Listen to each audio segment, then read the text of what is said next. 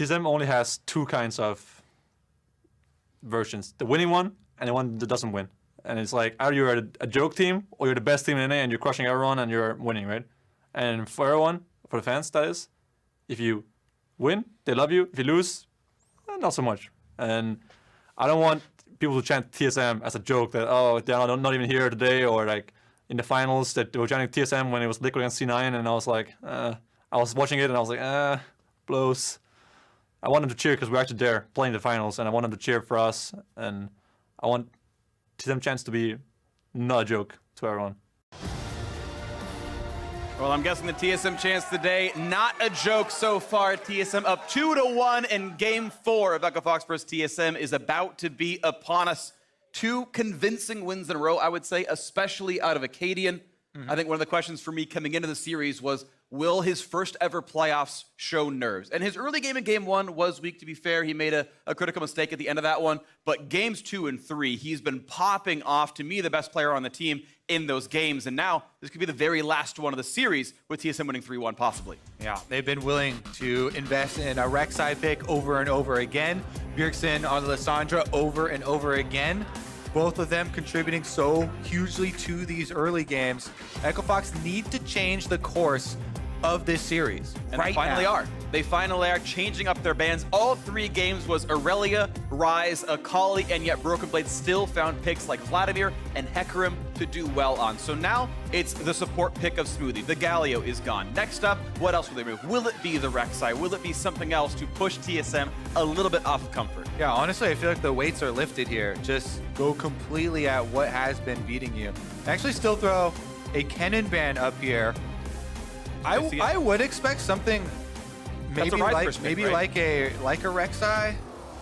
Kennen's supposed to be good on the Ryze, I believe, is the matchup here. And I know Solo can play those sort of 1vx champions in the top lane, so that feels like the setup here.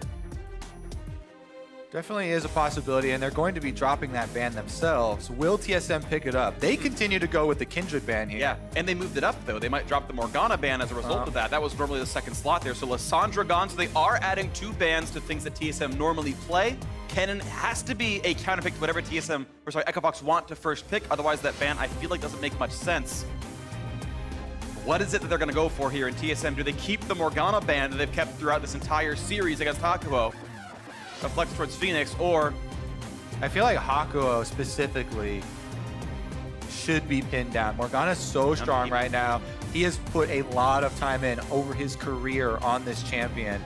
And if you all of a sudden happen to have a lane phase where you get hit with a bunch of bindings, it's for Akali. Okay, I don't know my top lane matches, but Akali first pick. Of course, that can be flexible. Solo and Phoenix both. Leaves it out the ban list, grabs it right away. All right off the bat, Echo Fox here throwing down the gauntlet. Akali, first picked. Definitely a champion that you can style on. Definitely a champion that in playoffs, in the most high pressure moments, can have the biggest of plays. Now the Rek'Sai doesn't get changed. The threat still there. Yeah, the champions around the jungle matchup are going to move around, and Lucian comes in as well. I really do like Lucian into Akali overall. The culling, of course, can hit through the Twilight Shroud. It pops the visual on the champion, so you can kind of land the entire ultimate, even though she is obscured. That can be a really positive thing here. Lucian also builds semi-tanky for most people. Yeah. Get a little bit of extra health pool coverage there, but no hesitation. Apollo and Hakuho coming in, lovers duo. They've played together for the majority of their careers, over 3 years now. And they're gonna be able to have some synergy coming in with some speed. Biggest thing here on 9.6, she got extra attack speed coming through. Very big buff for Xayah. And Rakan has always relied so heavily on the speed of your engagement. Alistar gonna try to disrupt that. On reflex, you can headbutt Rakan away. As long as you start the spell, you'll probably push him away, even if the charm does land on you. Lucian Alistar can be very aggressive. We can see Rek'Sai ganks come down, but I still feel like the Echo Fox duo is favored. I think they outscale, and I think as overall champions, they are slightly stronger. So far, I kind of like the Echo Fox look, as they've got to kind of come back and win 2 straight. And there is the Ryze ban that TSM was waiting till this phase to get rid of. The other flexible pick as Akali is going to one of those solos. Yeah, I'm trying to think. of even more Akali picks right now, like Akali matchups Gangplank. that you would even want. Because of the Shroud, like there's so many defensive ways you can play the lane that even matchups that can have an advantage, it becomes like pretty hard to really deny this champion. LeBlanca's definitely been one as well. The Aurelia that's been perma-banned is still available. One last ban here left for Echo Fox. TSM getting rid of the Nocturne themselves, worried about how good Nocturne is at playing alongside a split pusher. Press R, join the fray, get the 2v1 kill. Of course, that is a pretty key play style of Teams with Akali.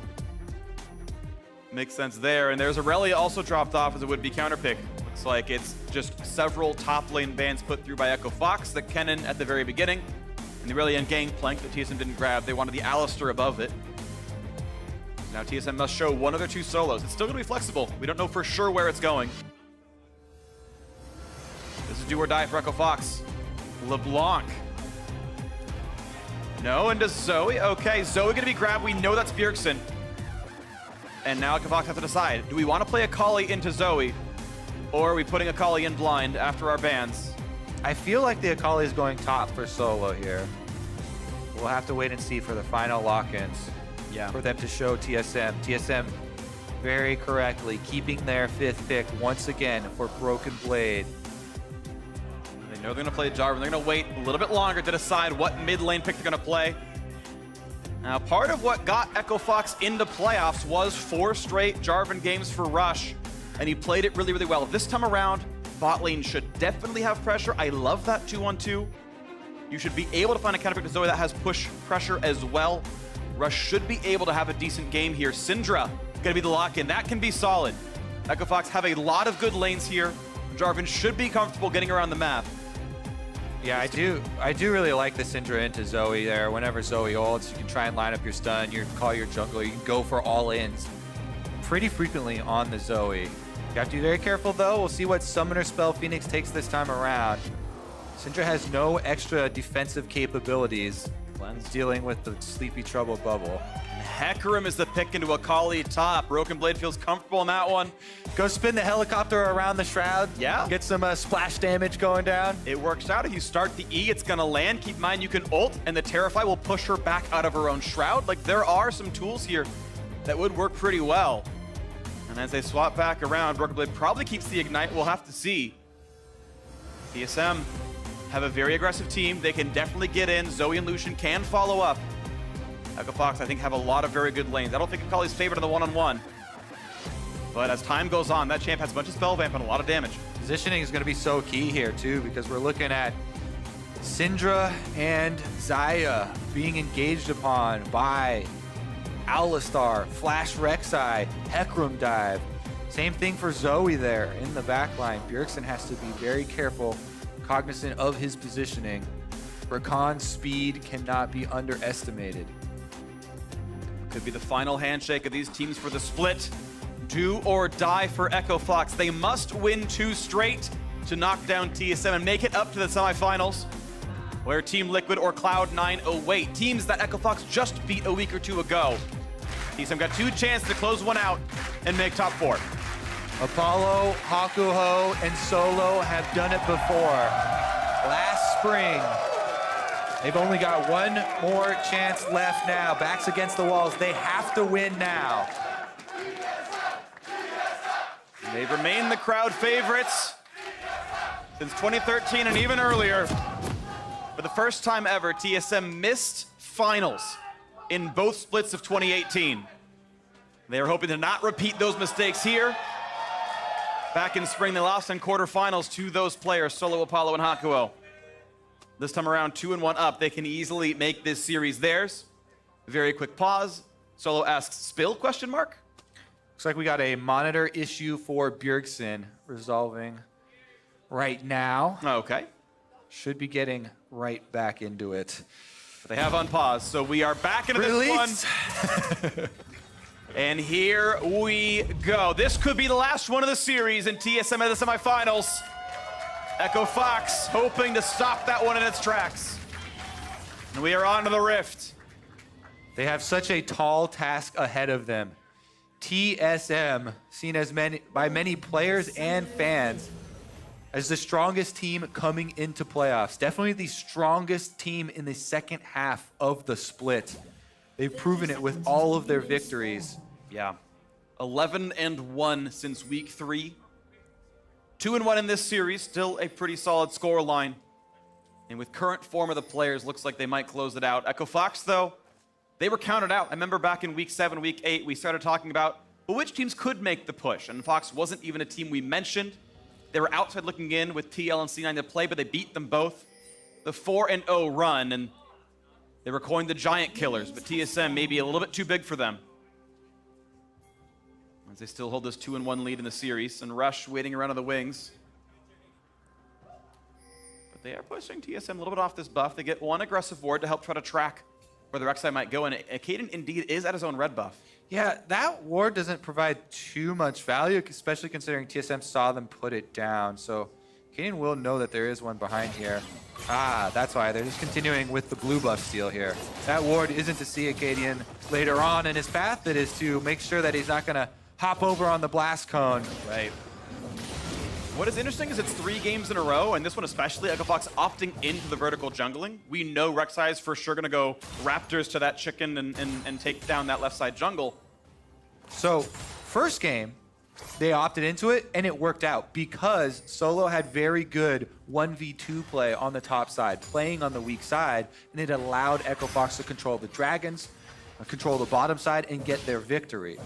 But ever since then, Broken Blade has had better matchups, Broken Blade has had more pressure, and Acadian has had Rek'Sai, a champion that can go for tower dives even if you are playing safely. Once you get access to level 6, can also tunnel over the back of this wall here, which very few champions can do. It's this angle right there that almost no other junglers really get to do right behind the tower.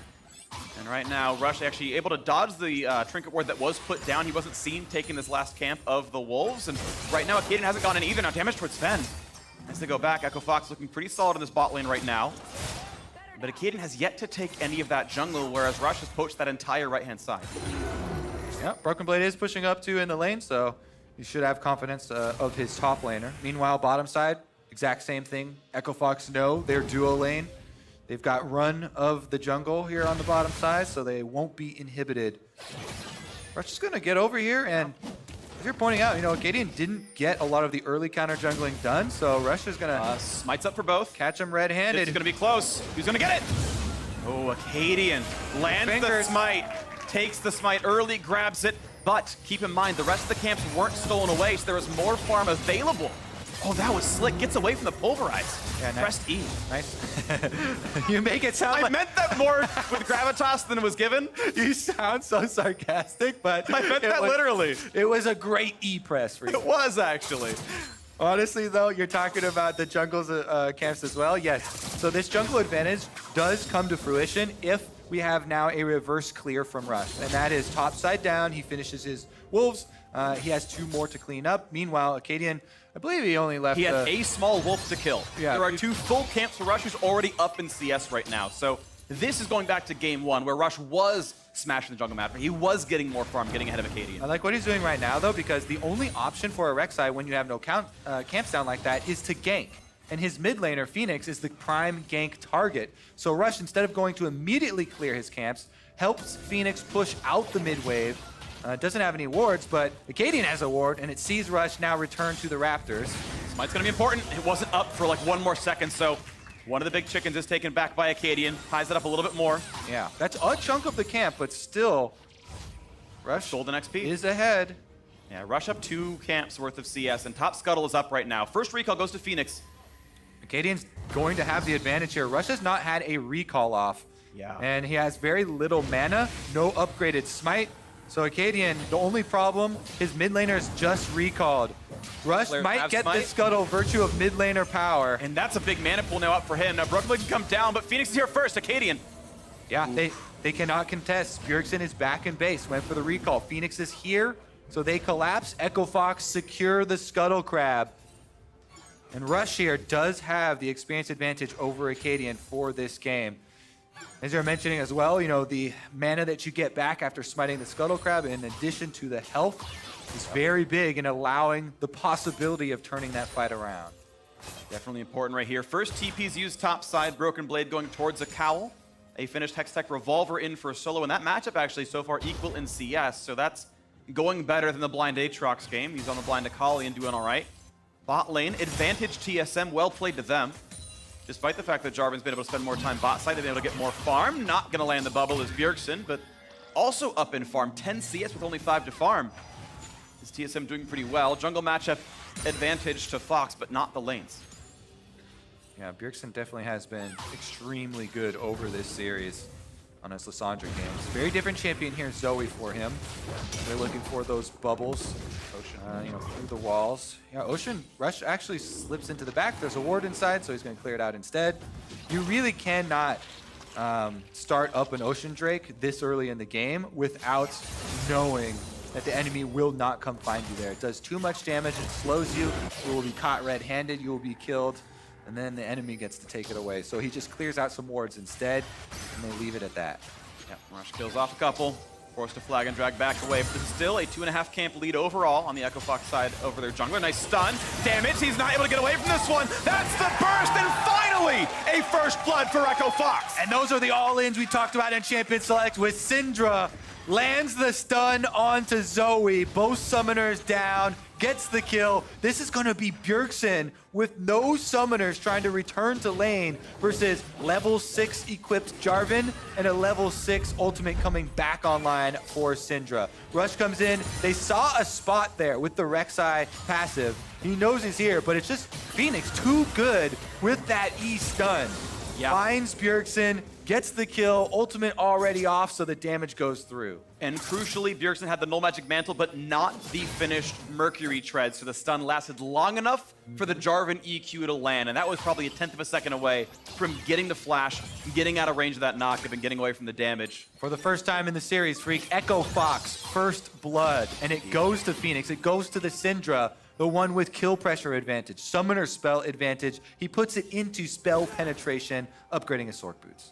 Yep, double Dark Seal, 6 extra AP from the stacks of getting that kill, and it's an 800 gold lead now. Acadian able to grab the blue buff and hand it back over to Bjergsen, who's currently holding an exhaust in case round 2 happens. All right, even though the big mid lane change here where Echo Fox has gotten the first blood, Phoenix is feeling very confident. The bottom lane CS is definitely a problem for Echo Fox. Sven and Smoothie using the Alistar and Lucian very effectively down here, denying CS from Apollo and gaining themselves a gold lead. Yeah, I think until Apollo 6, he has to be so afraid of Smoothie, who can start that dive out. You can reactively ult to get away from the knockup. It's just a very, very large threat. Ignite cut through that heal pretty easily, and Lucian's got good follow-up. Acadian actually able to steal the red buff as well. So a lot of the map going back over to TSM's side. The wave is dematerialized, and they've got that push yet again. TSM can easily take the recall here. We'll go for that Drake, which is just as good. Ward is killed, and they can try if they want. They know Syndra has pressure in mid, though. She got the first push, and that threat is too much to deal with. Phoenix, just by existing, kind of keeps them off that. I wonder if Rush might want to play more to top side for once here. I mean, Akali, nice CS lead here, established for solo over a Hecarim. Hecarim, definitely a diveable champion, does not have flash, so the only thing you have to calculate is the ultimate to try and escape with. And early on, he has invested into health, into the cowl, but it is a possibility. Try and get an Akali going solo. That can be a very, very big and different look for this team to try and take advantage of. Right now, though, he's still been bottom side, and this time around, he doesn't have bottom side pressure. TSM are moving up the river. He's got to get out of there. Rush thankfully has some ward coverage to know that he is safe, and he's not going to have much of a problem. Sven over the wall is also go back in. Aqua's very much in the front. Apollo to the front line, they're going to find the charm, the knockup. They go in for the dive, and it's going to be a big stun. Ult comes in for Apollo, trying to live, but no blade collar. The kill picked up now, and Hako is running, and he's going to flash over the wall, just barely staying safe. And the re-engage Rush. Oh, the flag was over the wall. He couldn't land the Q. The sleep in towards that one. Burns the cleanse. He's going to be fine. Look out for the re-engage, though. Will they find a target? Smoothie has the ult still available. He can't be the target. And that is a kill picked up in that bottom side. TSM answering back. TSM in control of the jungle. Some slick moves by Sven there. Up over the wall, blast cones back down, and they find the collapse onto the enemy AD carry. Yet another time where Sven kind of flanking on a Lucian This has been success for TSM, and this is a player once imported, got a lot of criticism in the first season. Yeah. However, this split has been so much better for the TSM lineup, has fully embraced the brand.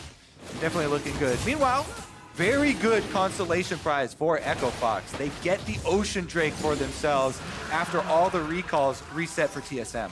And the game is still 900 in their favor, so solid stuff. Top lane's up quite a bit of CS as he sees Ven jump the wall and just come back for it. Like, all right, he's gone. Nope.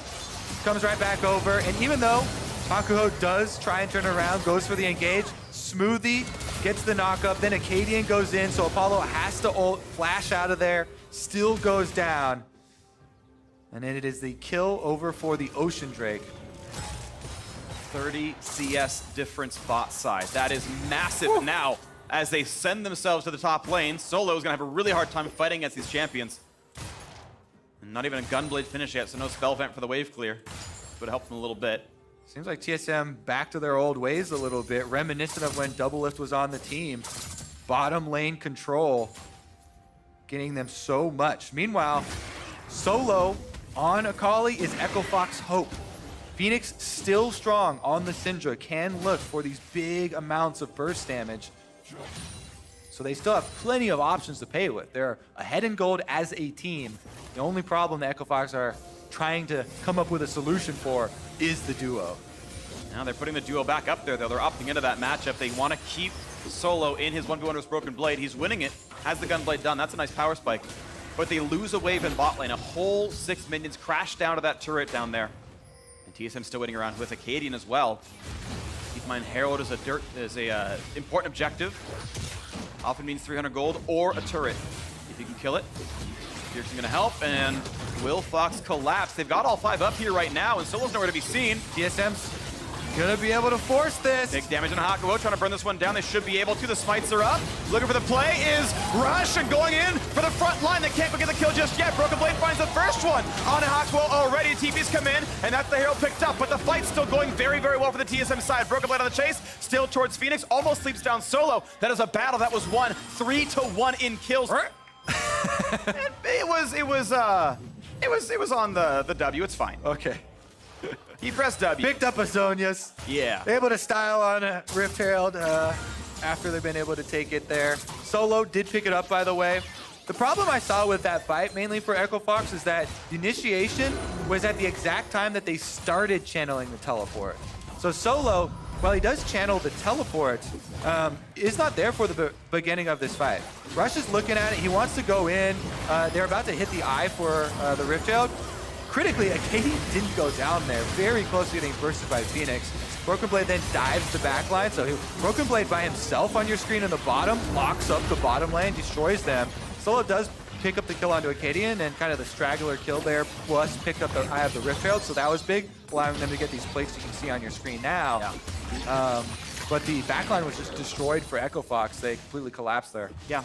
2 kills with assists is worth 900 gold, 450 apiece with the assists, but that 4th plate dropping mid lane, that's a lot of gold going back in. And Echo Fox, actually, look at that score line. It's basically tied in gold, plus they're up the ocean.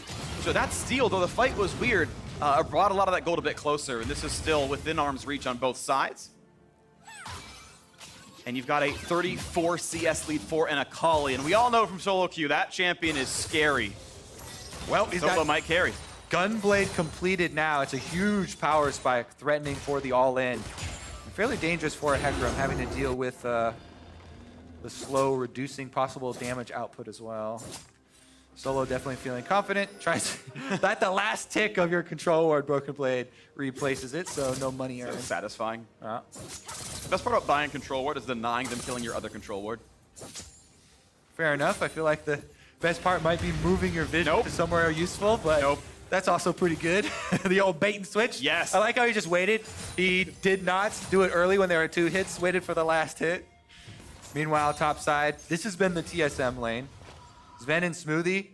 Unfortunately for them, they've only gotten assists, though, in all of the fights that they have had, and all of the pressure that they have put out. But those wards, they're so far up to the one right here spots. Apollo, even if the wave were cleared, they know where he's going. Control ward on the river. And this is just still a dangerous game that both these teams are playing. The gold's still tied. The Ocean Drake still matters even through the mid game. It lets you get rotations a bit healthier. Closest game of the entire series as well, as we're coming down to a must-win game for Echo Fox. 15.5 minutes in, dead even on gold with the Ocean Drake advantage to their name. Infernal is up and TSM going to be first to the play. You can see a later reset coming through. Essence Reaver done for Apollo, but items look a bit better on Sven. They're starting right away. Rush stole the previous objective. He might try here. Gets rid of the tunnel, gets rid of a ward. This has been a recipe for disaster for Echo Fox, is when they're split going towards the Dragons, but this time around they group up as 4. And Solo being split's a good thing. Now looking for Acadian, looking for Sven as well. Big burst damage. They've used a few seconds, but they might get the kill. The chase is on. Solo gonna find the first one. Jungler dead. An easy smite for Rush when it resets. Oh, a Conqueror. He's very, very low and asleep. They're gonna find the burst. 2 kills for Bjergsen. The Drake traded back, but it's still +1 kill, and they're finding even more. They're getting scattered. Only Solo left alive. What a fight for TSM. That's a big payment for Infernal Drake. Echo Fox stay in, and they do finish off the Drakes, but TSM are collecting heads. I'm not sure this is going to work too well. He's so fast. Broken Blade just runs away. And Solo, he's got most of the kills in his team, but his turrets are falling. That Drake's not worth the price in blood they paid. Yep, turret gonna go down here. That will be the first turret of the game, ever so slightly. And once again, mid will be opened up. Solo trying to work on bottom side. Broken Blade doesn't have very much mana, so these auto attacks, non-threatening. Not at all. 2,000 gold puts TSM ahead as they win that one. We see that fight yet again. It started out with a kill on Acadian, but it was turned around so well. All right, let's take another look here, because Echo Fox just charged right in onto Acadian. He does spam his ultimate, so he does delay here, smoothly going for the re-engage. Solo does flash after Acadian to finish it off. But if we look at the Dragon, Apollo and Phoenix are then pushed up past Bjergsen, and Bjergsen on the Zoe got a big amount of burst damage. Takes out Hakuho, then sleeps Apollo, finishing up the double on the backline. And with everybody else from Echo Fox inside the Dragon pit on the other side of your screen focusing on finishing that Dragon, they also got cleaned up. TSM got 4 kills for themselves in exchange for the 1 kill on Acadian and the Infernal Drake. Well, Solo on 2 kills. He's going to need to do a bit more in these fights. He's going to be the one kind of carrying the force forward. Turret will fall. Low gold might not have been given over, but still 250 global to the team. Gives a little bit more back. 1,500 gold difference. Within arm's reach, but TSM now in the driver's seat. Bit of spell pen in for the Zoe. 4 kills on Bjergsen. He's actually so big right now. He can absolutely delete the backliners here. A lot of squishes that you can target. Yeah, he deleted both Apollo and Hakuo in that Dragon fight, and that was before he had the extra money to finish up the item completions here. Yep. All right. Scary. Again, TSM, bottom lane up to the top side with their duo, trying to pressure on that top side turret, keeping the 1v1 down bottom, and controlling vision through the river. The highway through Summoner's Rift, allowing them to traverse much quicker, try and create those plays. Of course, the Scuttle Crab is actually It helps. technically going to make you traverse much quicker. Yes, and that one goes to Fox. But even still, look at the wards going away. Look at Echo Fox pushed off, and the next turret will go over. And TSM getting this one with the squad. The bubble coming around, not going to find that just yet. Bit of poke. They're going to look for Bjergsen yet again. That might be the play. The dunk right away. Go for the play yet again. Can they find the front line? Bjergsen buffs to Zonius, but he might be dropped down. The knockup not going to find him, but the kill still comes through. 1 for 0. Hecker in the back line knocks down Rush. That's an okay trade on the Echo Fox side. I would take that one every single time. 4v4, they're still safe. These guys are healthy. They can wait around for the next fight. Solo does have the ultimate. They want a piece. Again, it's an Ocean Drake, remember, for Echo Fox, so they're regenerating here, even though they don't have vision of TSM. Sven doing his best bait work. Phoenix has ult. If they find the stun, they should be able to. Oh, they want it. And he knows. He knows he's the one baiting this one. He finds Hakuo. Well, here comes the team. They know where Phoenix is. This is the play. They find the fear. They find the burst. And Phoenix with the Aatrox. The Alistair. They do get the kill. They find one, but it's traded back. Still a good trade. And Solo forced to run away. Broken Blade a bit low. Apollo can do some good damage. Next blade color could look good. But Sven almost finds it. Solo no longer the ultimate. Can't find anything else in. Broken Blade gonna kite back out. 3v3 on the map. Again, they have the regen. They won't get that turret, but what a fight. Trading back and forth, shutdown gold coming. Woo! 1 kill apiece there.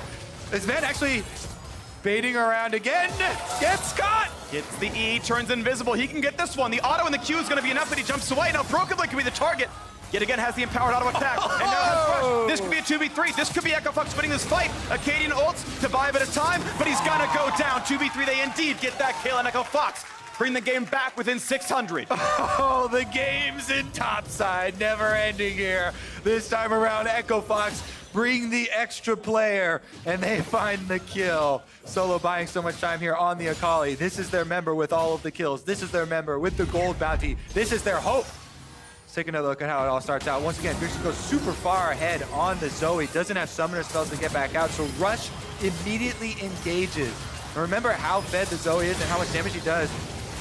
That's why they overcommit to this kill. Actually, with that Hakuo knockup being a little bit early, they did have Rush go further into the enemy team, maybe contributing to the death. Here's the second look, though. Able to go in, and again, the Shroud for Akali just gives her so many options. There is an Observer bug where you don't see that during replays, but it is there. As you can see, he goes invisible again. And since Rush comes up, they're able to 3v2. Take down Acadian, and the rest of TSM have to run. Hightail it out of there, and not enough ability to tower dive, but now they're inside the pit. Rush spotted out by Rek'Sai. Flag and drags away this gold now. Once again, neck and neck here.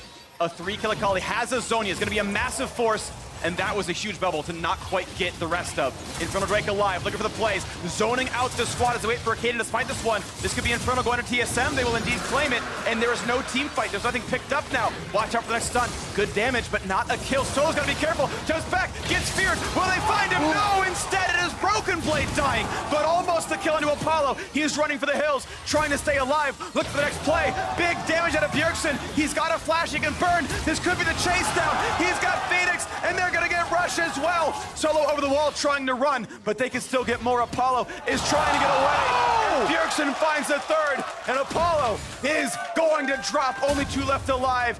Running for the hills. TSM get way better in that fight.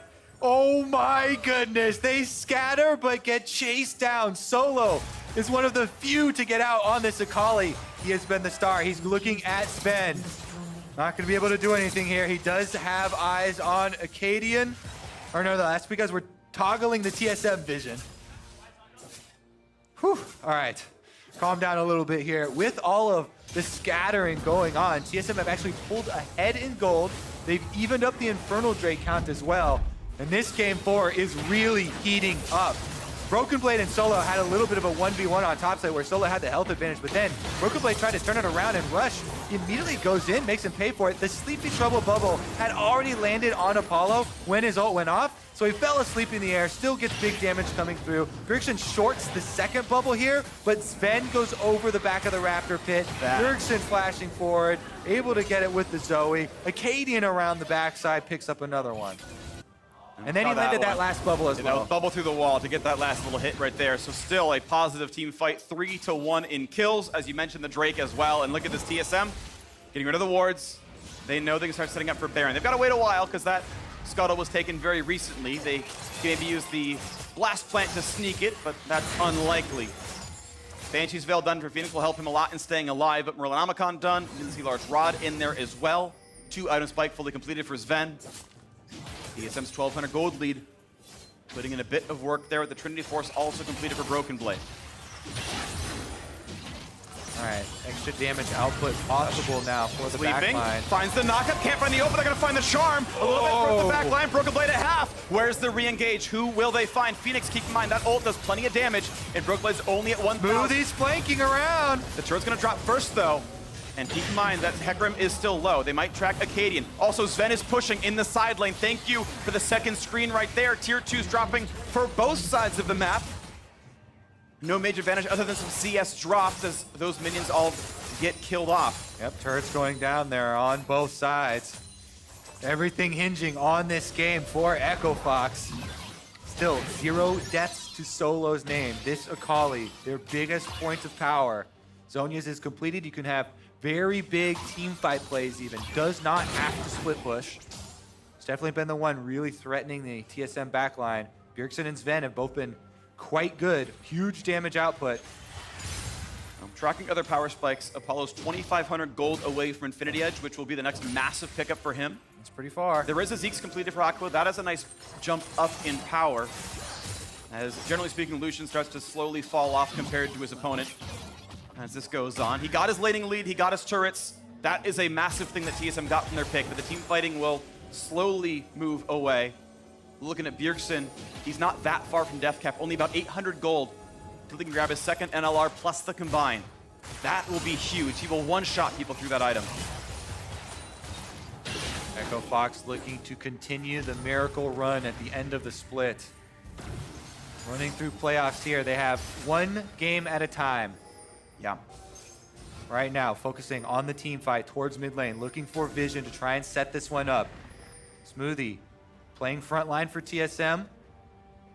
Looking for these wards, rush flanks around top side. They've actually sent Phoenix off away. Phoenix is not here. They have to disengage. They're able to. Rush able to jump away with the EQ, still sees the rest of the squad in front. Phoenix shows up on that top side minion wave. And now Akali does as well. And Broken Blade's coming down towards him. The rest of the TSM coming as well. They're spotted on the ward. And still try to run. Shroud and Azonias to try and buy time. They know the squad is around, looking at Rush going forward towards Sven. He's got to be careful. He's found out. That is a huge pick. TSM pick off the opposing jungler. Uh-oh. Smoothie now behind Hakuo. Oh, doesn't get away with the W. He just got to find someone to run to. Not going to happen. A double kill for Bjergsen. TSM are poised with complete map control to go for Baron. TSM win the musical chairs, picking off two members of Echo Fox. Baron is on the table. This is going to be it. That is just what they needed. An 8th kill now on their mid laner. And Smoothie building a lot of space. No one can easily steal this one. It's got to be a miracle play 3v5 as they start the objective. No Baron regen, solo Smoothie. 15. They spot Smoothie, they know where he is. He's got to wait for this one, headbutted, jumped into the air. They put him down right away. They might get the kill, and they do. 1 for 0, and now it's Echo Fox simply running away. Here comes Acadian, lots of damage, but not the kill. They do trade a kill back. There's a stun. If he saves the ult, one more shot. He needs a flash, but he's not going to get the attack. Broken Blade stays alive. And the Baron, it will be dropped. It will be claimed. TSM will pick up the neutral objective. Rush is on the way. Are they going? The flash, they find the stun. They're going to find the W for the slow. The headbutt buys a couple seconds. This should be a kill. So a couple are picked up in the backside, but they just barely couldn't pick off Broken Blade. That might have been a little bit more. Ping's going down onto the Infernal Drake as well. Echo Fox going to try and pick up that consolation prize. Get a little bit more scaling for later, but the big Baron buff going over to TSM. Putting their gold lead to work as well. Bjergsen's got death cap. This Zoe will have so much burst damage. 3,000 gold ahead. A second Infernal. Not as big of a differential as the first one, actually. The first ones mean more, but it still is going to be some extra stats. Echo Fox having to work back now against a 3,000 gold lead. And the Akali finally gave over their shutdown gold. So now TSM with the power play. Can take a lot on this map. We watch this fight yet again. This 3 versus 5. It's that headbutt pulverize. All the damage on a solo. Yeah, incredibly clean here from Smoothie. He waits in the fog of war up further in the Echo Fox jungle for a while, bides his time, and even though they see him once he heads down, pops the ultimate, goes in. Bit of an overchase there. Almost cost TSM quite a lot with Acadian and Broken Blade chasing for the kills while the rest of TSM members were taking down Baron, but Broken Blade critically getting out with a sliver of HP. Look at TSM doing the bait again. Sven showing the rest of the team right behind him. We know he can escape. He's got flash and heal, plus the innate kit tools.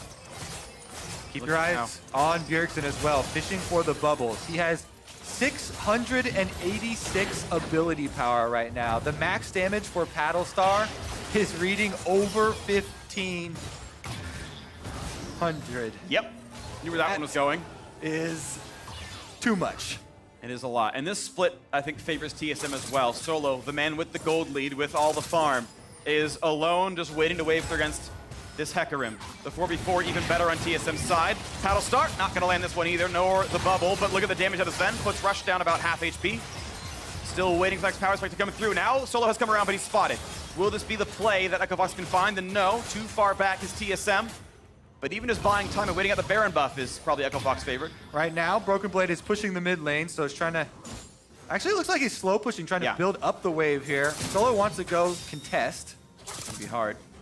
Equal level because of all the team fights they've been winning despite the farm deficit. It's not really gonna matter here. He's tanky. There goes the turret. TSM stretched that lead. 2,300 on the Baron power play. Overall game, 4,500 puts them ahead. All right, bottom lane is going to crash into the inhibitor turret. Everybody rotating up towards mid. Broken Blade almost finds, Bjergsen almost finds that sleep. Broken Blade could have followed through onto that one. His turret's not long for the world. The stun's gonna land. There's the big poke on a Solo. and suddenly he can't team fight. Broken Blade might call for it. Just pushed away. That's the turret picked up. Nice skill shot by Bjergsen. TSM 5,000 up. They find the Drowsy. Rush will tank this. Not going to find Apollo. Yeah, you have to block that. He dies if you ever fall asleep and get hit by one of those paddle stars. But IE is in. No flash, no heal, but Apollo might be able to win a team fight with the squad if they can peel for him, and Solo can build the space. If Bjergsen can't land the paddle stars, the skill shot-based champion, if they do miss, then that damage means nothing. Echo Fox looking for the outplays. They have the champions to do it. Solo here on the Akali, now level 16. The extra level, access to more burst damage, possibly going for critical kills. Yeah, on the backside. That Zoe is definitely a target. Unfortunately for them, all summoners are available on the TSM backliners. Meanwhile, Apollo still has to wait out a little bit for his own flash. Same with Phoenix. And it's starting to feel a little bit like TSM taking care of business. 11-1 in games since week 3. They dropped a single game here, much like the split. The beginning didn't look too good. TSM, pretty famous for losing game 1, but they've been winning pretty convincingly ever since then. And with this lead, they are poised to make that late game shot calling go well. Players taking their turns carrying.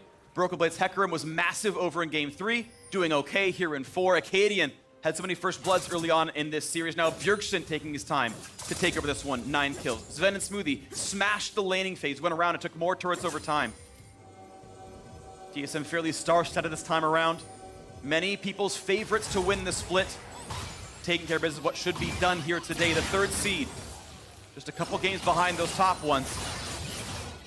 All right, they're definitely set up to do it. Broken Blade in the bottom side has teleport ready. TSM clearing out these mid minions, and all of Echo Fox have grouped up around mid. So the bottom side is slowly going to go in TSM's favor. All the meanwhile, they have to contest with this vision, worry about Zoe Bubbles coming over the wall, and avoid all of it. Solo just still farming. Merlinomicon Dun's important for him, as he's the one we're going to track. QSS also for Apollo is a big deal. So this backline can start doing its job. But TSM playing Vision. Also, want to point out the deep ward that's about to expire now here on the mini-map there that TSM had was a possible flank teleport from Broken Blade. They've replaced it a little bit further up the lane, but Xbox see this one, so they clear it out. They know they cannot afford to have a Hecarim coming from an angle where they don't see it. If their backline gets attacked, it will be over. Flashes have come up though. This is could be a saving grace for Echo Fox. If they get into dangerous territory. Big pull for us into the back line. Watch out for Apollo. Gets the ult up. Gets to stay alive, but Hakuo's gone already. 1-3-0. Is there a re-engage? Broken Blade. He's got the ult. He's got the ignite. Solo's got to be careful. Gets the shroud, but look at that culling. Look at what Lucian can do. Pushing Solo out, forcing the flash, and Hecarim could join. Forcing the ult away to stay alive. That is a clean pick up on the support, and it could be the re-engage. Smoothie, what's he going to find? Looking forward. The Mobies are turned off, but he's going to find Rush, Headbutt, the Pulverize, the chase down, the flag and drag interrupted! And Acadian finds those 2 kills. No smite. Baron is free. And that is going to be TSM wearing purple once again. If they complete this, they will move on to the semi-finals with Team Liquid and Cloud9 awaiting them. One of the most hyped up teams for playoffs here. Well, I'm pretty sure TSM dominating. Pretty sure to be Cloud9 awaiting them. Team Liquid with the choice. Probably not picking the team who 2-0'd them in the regular season. Probably not picking the team who took care of business here today. Have to wait and see. Of course, it's still their choice. Steve did tweet out He's lying. that they will pick TSM, so That would be the wrong choice. Either way, watch that fight once again. Headbutt into the flash pulverize. Look at that setup. yeah, and I mean, look at the map right now. So dark, but once again, Smoothie, hiding in the fog of war, finds the angle onto Echo Fox, completes the collapse, great engage, and then TSM can follow it up. Acadian goes in on Solo. They're able to lock out this Akali. Nowhere left. He has to use his ultimate, his flash, everything to get out of there. And then Smoothie once again. He's able to find Rush, then Acadian gets the interrupt, and they're able to find the extra kill. Here comes the push. Once again, it's only wave clear out for the Echo Fox side. TSM, they've killed the 6 outside turrets. It's inhibitors or nothing here. And we know the Ocean Drake was claimed by Echo Fox during that replay after the TSM reset as they took that Baron. But Double Ocean not as good as that purple buff. The empowered minions, the very easy push that's available. This turret down to about 40%.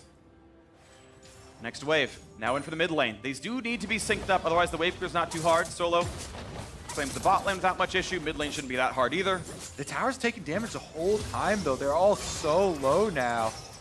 Echo Fox, they do still have their inhibitor turrets, and that is the last foothold to try and push off to make a counterplay.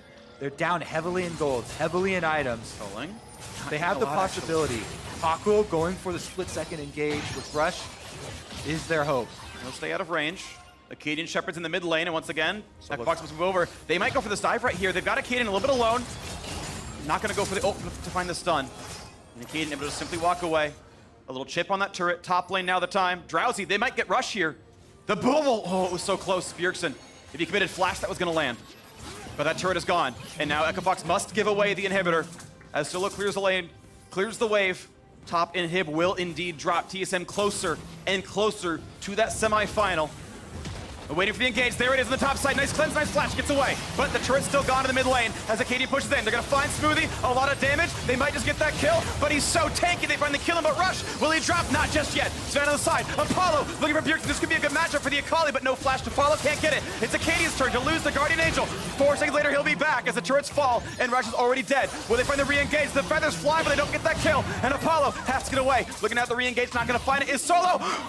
That was close, but the turrets are already gone. The inhibitor's gonna start falling as well. Top lane, mid lane, bot's already gone. This could be triple inhib, and the fight was already just fine. It was a 1-for-1, almost killing Apollo on the top of that one as the inhibitors are falling. Only one left alive, and TSM still have control of the map, and they will knock down the third and final inhibitor at the end of the Baron buff. That's gonna be it. TSM can reset now, knowing that super minions will flood the map.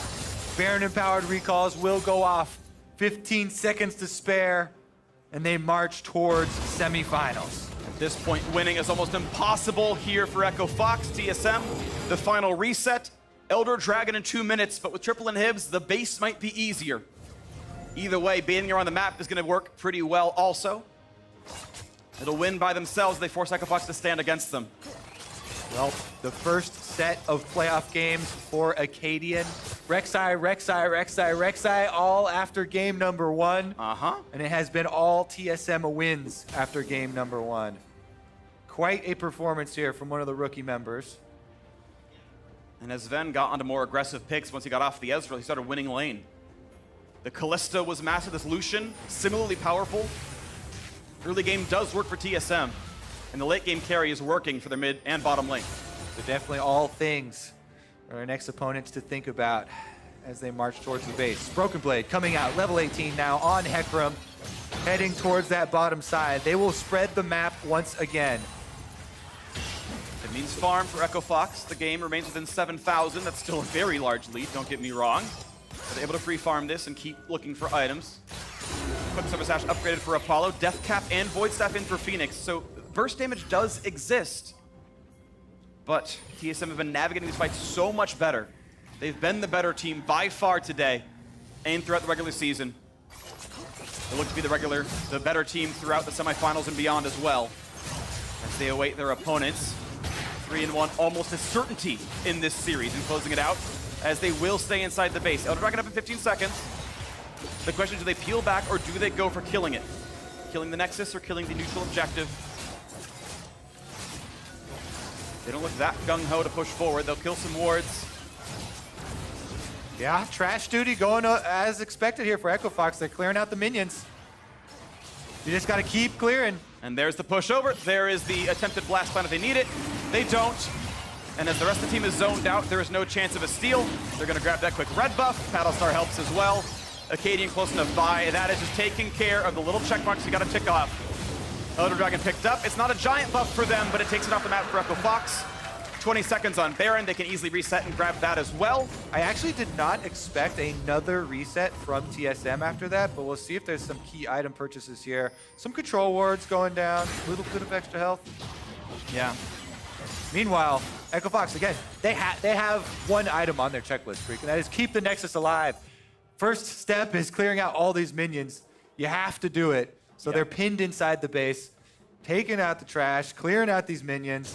trying to buy some time. They still have over a minute and a half on all of the inhibitors. And for that entire timer of waiting with the Super still alive, it will be global double buffs for TSM. A small Elder buff, but a big Baron 140 minutes in. That's max stats, and they'll be ready to go. They shouldn't need to reset one more time. I think they should use the timer with the inhibitors that they have. As they walk forward, they grab the smite, they grab the objective. And now it's time to finish the Nexus. That's all that's left. This is TSM's biggest power spike in this game, is those neutrals being up, ready to go.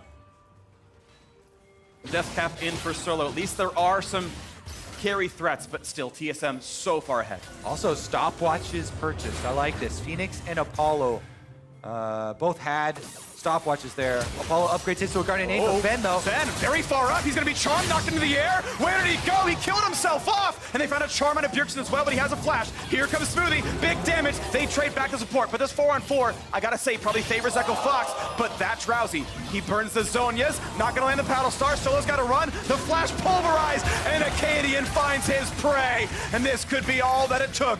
4v3 to push into the base. This could be it. Looking for the kill on a Broken Blade. Not going to find the knockup. 4v3 to push to close down the series. 3-1 the scoreline.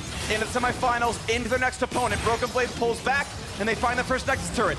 They're gonna find number 2. Echo Fox must do something, or they will lose their base. But Bjergsen kites back. They find that flash pulverized. Phoenix is low. They don't get him just yet. But TSM, you hear it from the crowd. They have won, and they're into the semifinals.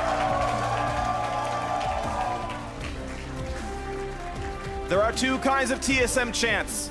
Ones where their fans are proud of them, and ones where they're a joke. Today, TSM, their fans can be proud. A great back half of the split. 3-1, taking care of business. Acadian winning his very first ever playoff match. First blood in 3 of the 4. In dominating fashion here on the last 3 games for TSM. Taking hold of the early game and pushing through. Also, Broken Blade coming over from the TCL, from Turkey, big performances. People were very, very questionable about how he was going to meld with this team and fit in with this old organization. He's really been a spark of life for them. Now fitting for Bjergsen, of course. He has so many play styles available. He's got the most trophies. 11, 2, and 6 on the Zoe. Massive gold, massive damage. A very strong performance out of him in this final game. They didn't even need Sven. He got picked up before the fight started, and they still closed it out 4v5. Took down those last few kills and took over that series. We bid adieu to Echo Fox. We will see them in the summer split. Still a good run to get there. That 4-game winning streak in the back half of the split to make playoffs was still quite the run.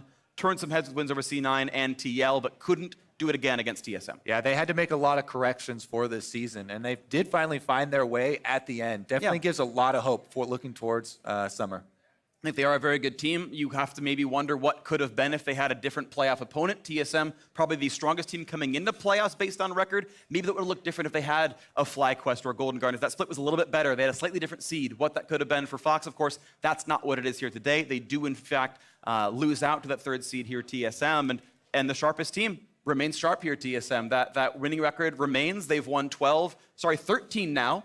12 of their last 13 matches is the scoreline. My number's getting mixed up, but they did it. And now we know the last 2 opponents. We know it's FlyQuest on the one side, TSM on the other. Liquid must choose one. Yep. Choose your opponent, Team Liquid.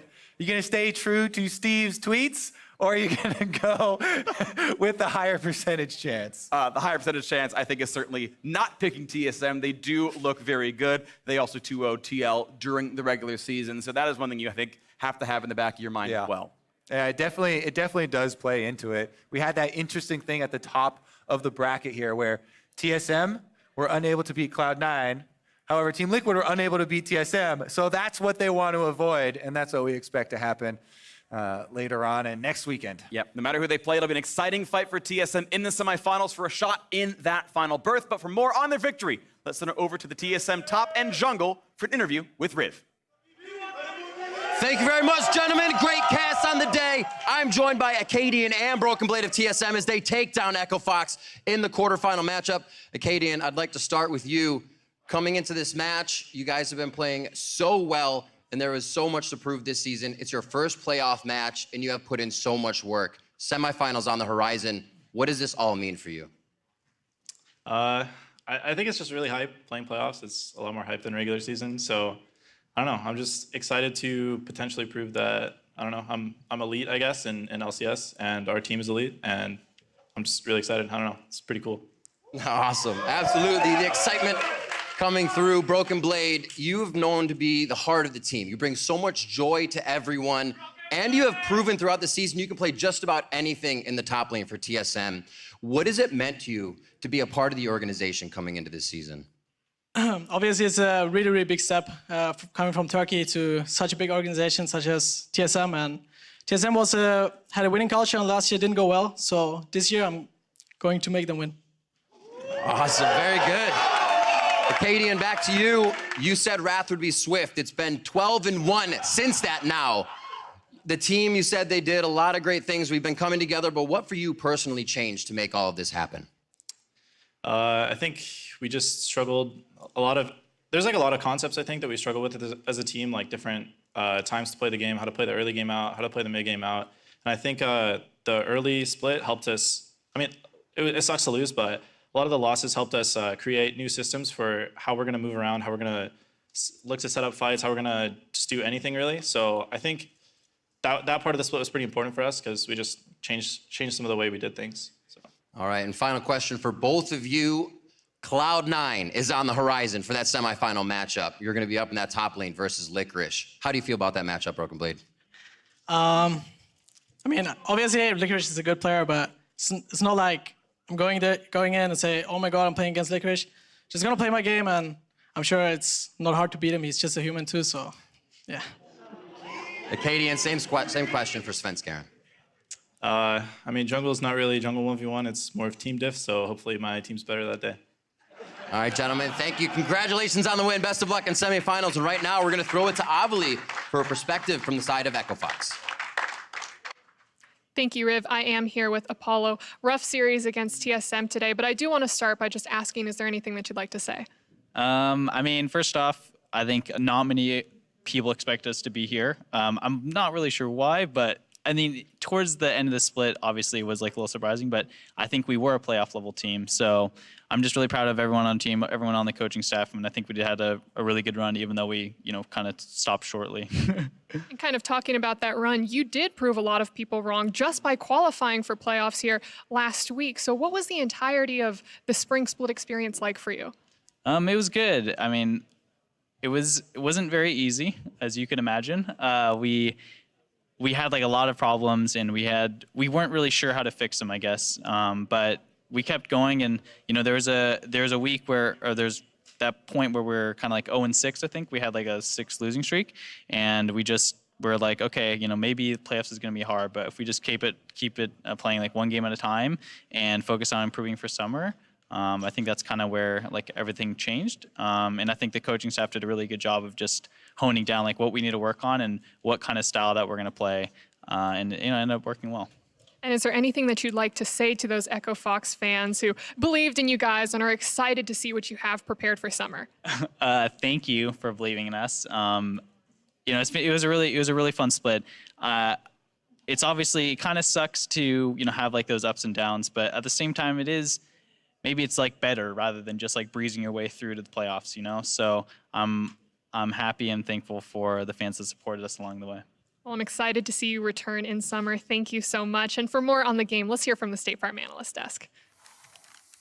Thank you very much, Avali. After dropping the first, TSM puts 3 wins back to back together to get this series and move on to the semifinals. Of course, it was already revealed they will be playing against C9 as TL was quick to choose FlyQuest, and we'll dive into those future matchups. Before we get into how this series ended, I want to touch on a few things that were brought up during those interviews. First and foremost, let's talk about Apollo and EchoFox. I think both what we heard from him and saw in this series today is a great analogy to the entire spring split, which is that it was a 3-horse race for so long, and that you did look at the top dogs in the league as really separating themselves, and that for all the teams below them and the few that kind of slotted into playoffs right at the end, it was about finding that level of consistency to separate yourselves from the bottom 4 and snag that playoff spot, and that's what they did to get here. Now it's about the growth moving into summer split. And I really like what he said, that he's happy that it kind of ended short because you didn't want to improve so quickly and just like, okay, out of nowhere, Echo Fox wins it all. This is a much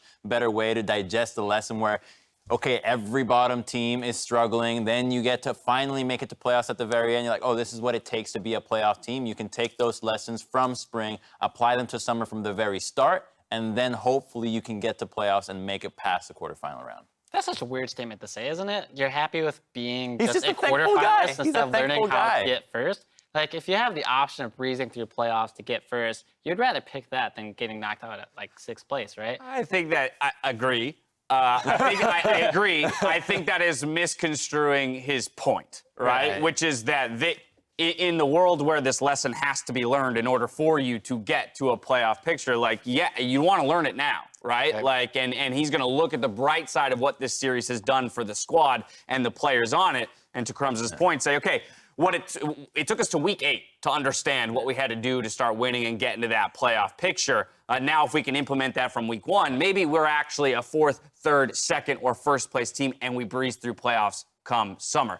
Now, I want to hop on over, though, to the TSM interview and talk about both Broken Blade and Acadian, because for both of these guys, it was their first playoff series in this region. And to some people's surprise, right, especially considering the discussions around third All-Pro team in the LCS, these guys stepped up significantly today. Yeah, I think you could hear even in the confidence from the interview where Broken Blade's like, yeah, they had a really bad last year, so I'm going to change that. Like, putting it on himself, not saying, like, I'm going to try and do my part, like, really stepping up and being like, put me in the spotlight. I'm going to play well. I played 2 Hecarim games at the end. I killed it. I'm the best. Like, I like that attitude out of him a lot, and it's good to see that confidence heading into a very tough semifinal matchup.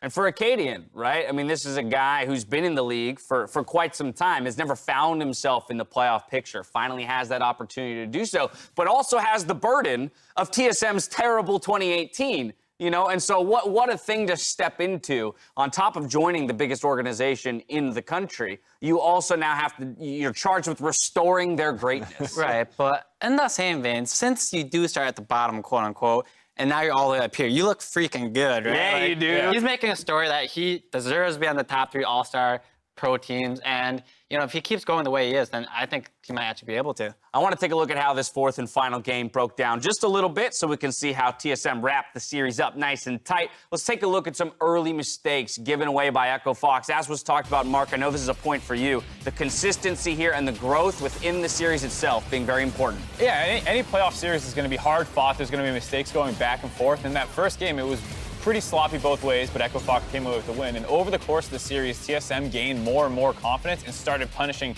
these kinds of plays where people are stepping too far forward and instantly killing and going in on Hakuho, punishing J4 for not being able to get a good flag and drag. These kinds of mistakes that Echo Fox was making, not being coordinated, EQing in before the TP even starts channeling, if that's even the right ward. These kinds of mistakes, TSM completely stopped doing. They got on the same page and they started to be able to take these fights where, to be fair to Echo Fox, they stayed aggressive throughout the entire game.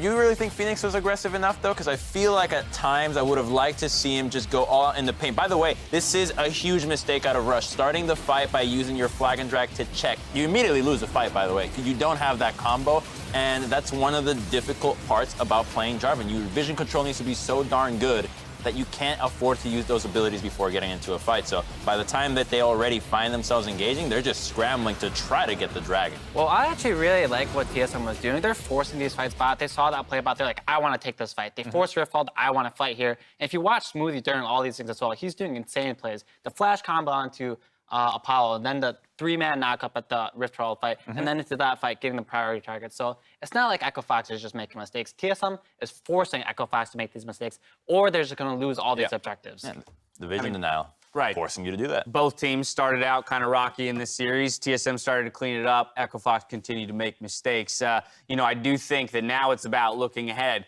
to the much more difficult opponents that await them in the semifinals in either Team Liquid or C9. We know they're playing C9, but both of those teams, right? Both of those teams, it's about whether or not you think you can protect yourself against those mistakes even more. Can you punish a team that makes less mistakes enough to get a victory? Can we trust Steve? we cannot can't trust him anymore. Right? It's just trust completely broken at this point. I'm looking forward to that matchup between C9 and TSM due to the fact that, you know, Licorice was a rookie last year. He likes playing the Hecarim carry tops, and Broken Blade's coming here saying, I'm going to carry TSM to the victory. And what better way to do that than to beat the top or the #1 ranked top laner in the split right now? Yeah, I love it. I love that you actually have some top laners who are pulling some stuff out in a meta that can favor top laners, and you're looking at somebody like Licorice to get challenged in the next round. Now, when it came to securing their playoff spot, or rather spot in the semifinals, one player in particular stood out, which is why we're awarding Bjergsen Player of the Series. I mean, he gets away with being amazing every single year, right? Like, he's gets away with that. What a rascal. There he goes. There he is being amazing again. Throwing that beard, being the best player in the league, Great baby. beard, great player, amazing stats, takes the champion pool, can carry, can play utility. This guy, he's the best mid laner. Like, you really, like, how can you not love Bjergsen? And I love how he played this series, being able to early take his champions in the first phase, never really asking for draft priority, and still being the biggest influence in those games. And it helps that he has the team with Sven and Broken Blade, two guys who can put on the big carry shoes, but it's still Bjergsen kind of self-sacrifice to say, I'll take the Lissandra, and you guys will be the carries. Right. Throughout the series, I was a bit kind of giving to Kaden in the beginning, but in the game 1 and game 4, he didn't look too hot. But when you look at Bjergsen throughout the entire 4 games, even in the loss, he was still good. And that's something that you can apply to him throughout the season. Like, do I ever see this guy feeding or throwing or inting? Not really. I just see him consistently being top tier. And the idea that he can buy space for his teammates in Champion Select, right? That he can play across so many different styles to enable whatever strategy they want to play in that moment. I mean, what was your approach to playing against this guy? What was your image of Bjergsen versus every other LCS mid laner that you played against? I would say when I played versus him, I never tried to punish him specifically, especially in lane and or draft. It just would never work out for me. He had too many champions he could play at a high level, and he doesn't tend to make mistakes. But that didn't mean you couldn't beat his team, because he back then wasn't necessarily going to protect his team from losing. He's more concerned about making sure he could hard carry. So I would try to focus my efforts on the other side of the map. But when he's gotten better at that, and his team's also gotten better, it's so much harder to punish him. And so you think that he's evolved to a point where he's not just looking for those carry moments. He's now diversified his game so he can play the safe way he too. played Lissandra twice. He played Zillion. He early picks his champions. He has a really high warding score. Like, I don't know. There's not much you can say about this guy that would make him be a bad player. Right, makes sense. That's why we call him one of the best in the game, in the business. For more on their victory, though, Avli is standing by with TSM's owner, Reginald. Thanks, Dash. I am here with Reggie. Congratulations on the win and moving on to semifinals next week. I kind of want to include everyone else on a conversation we were just having about how this TSM is nothing like any former iterations of the team, and that this is a team that is built to win not only in NA, but almost everywhere else. Yeah, so, winning in NA is not guaranteed, right? But at the very beginning of the season, when we recruited Tony, and when I had a conversation with Parth, we decided that things really needed to change, because even if you look at all our past iterations or all the championships that we have won, a lot of it is winning because we pick late game comps and we scale and we rely on our North American opponents to play bad, right? And when we go to the international stage, we pick to scale and we pick to you play for late game, and a lot of our games end really early. And what we decided was we wanted to go with a more versatile play style, one that will win if we play well and we execute well, and one that will lose if we don't, right? Whereas in North America, if you look at the win records, most teams that pick stronger late game comps tend to win because their counterparts throw. And it was really difficult for us and really challenging for us because, the first half of the split, we were not a versatile team. We wanted to be, but we couldn't really play well, so we got outscaled and we lost a lot of the games. I do think that moving forward, if we can continue to execute and play really well, we will be able to win in North America and do well on the international stage. And I think with that mindset, we're going to make North America a lot better. I personally think that, other teams in North America that are still suffering from focusing on the late game scaling comps, they're going to do really bad on the international stage if they make it. We still have a lot to work with. We need to really improve on that. But I'm overall really happy with what Tony has done to the team. There are some flaws and some mistakes, but at the end of the day, they've really changed the way TSM has played, and we're really a different team, a different organization now. Now, I'm very excited to see how TSM performs on the international stage. But before you get there, you got to get through semis, and then you got to get through finals. And at the beginning of the day, Steve tweeted that he was going to choose TSM to move into semis, but I think he chickened out because he ended up choosing Cloud9. What do you think of that? Excuse me, FlyQuest. Yeah, so I think that, FlyQuest is actually really, really good. They're a lot better than what they showed yesterday. So there's going to be a tough match there, and it might not necessarily be Liquid that we play if we do beat Cloud9. But personally, for Team Liquid, I do think that was a wise decision for them because they have a lot to work on. They have a singular one-dimensional playstyle, and it's really not going to work on the international stage, and it might not work against FlyQuest if they don't start working really hard to change that. So then what do you think about your semifinal match against Cloud9? I think Cloud9 particularly, they did really well against us this season. What you saw in the matches, though, is Cloud9 didn't really do much to punish our mistakes, but a lot of the mistakes that we made by choosing to pick the wrong fights, right? Where you can judge a good team's play is if they force mistakes, if they force another team to be in a position where they're uncomfortable, where they have to make a mistake. A lot of our throws against Cloud9 was when we actually had a big gold lead where we chose the wrong fights, right? So I think it's going to be really challenging for Cloud9 to beat us if we've been playing the way we play. And I do think it's going to really be a tough match, though, because Cloud9 has always been a solid team. They do have the 2-0 record over us. Honestly, I think it's going to be a really hard match, and I have a confidence that we'll win it. Well, Reggie, thank you so much for your insight and wishing you the best of luck in that match. Back to you guys. Thank you very much, Avali. Very interesting look inside some of the thinking and reasoning behind what TSM's been working on this year. Again, citing international aspirations. That's, no different than any other split. But talking about what kinds of strategies are successful domestically versus internationally. Crumbs, what do you think about what he's saying? I think he's spot on. By focusing entirely on the late game, you are relying on a lot of teams making mistakes for you to get there. Whereas by making sure that you're versatile, that you can play the early game and execute, not only will you be a better team internationally, but I love the point he said, this is going to actually make NA a better team. Imagine in 2 years, every team is now trying to take the same approach that TSM has. All of a sudden, we're no longer a wild card region, baby. We're up there.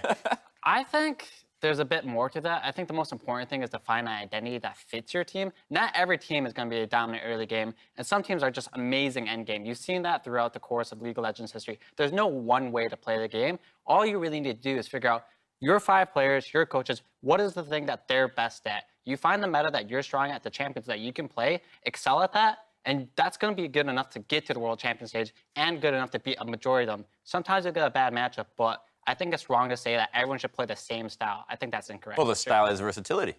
I mean, then you can say Maybe a bit of a cop-out. You're just going to be good at everything, fine. Mark, get in here. I mean, to Reggie's point, I think the biggest takeaway is in North America, this split, there were times where you could have picked all late game, and chances are that would have increased your success that game, but would not have set you up for long-term success. So I think that's ultimately the takeaway for me, and to Hai and Crumb's point, is that, yeah, each team is going to have, I'm better on split pushers top than I am at tanks.